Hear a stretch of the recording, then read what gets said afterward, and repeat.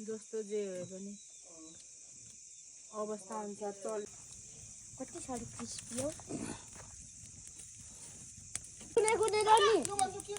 यस्तरी काज हुन्छ तेलमा डुबाइदिन्छन् फेरि निकाल्छ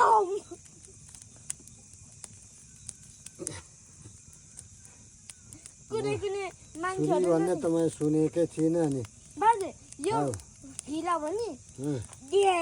तेलमा डुबायो पाक्ने छैन अनि फेरि निकाल्यो त्यसै हामीले खुट्टादेखि मासतिरको के पो बाजे भनेर सोधेको अरे कि उनीहरूलाई भन्नु नआएर अम्ला भन्नुहुन्छ अरे खुट्टा भन्नुहुन्छ अरे है नङ भन्दा पनि होइन अरे खुट्टा भन्दा पनि होइन अरे बाजे टाउको त्यो गरिदिनु भयो टाउको निकाल्नु नि अन्त यसको पखेटा निकाल्नु दिनु हो कि लसुनको लागि जब तितो भाग निकाल्नु पर्छ हैन उनीहरुको सुली हैन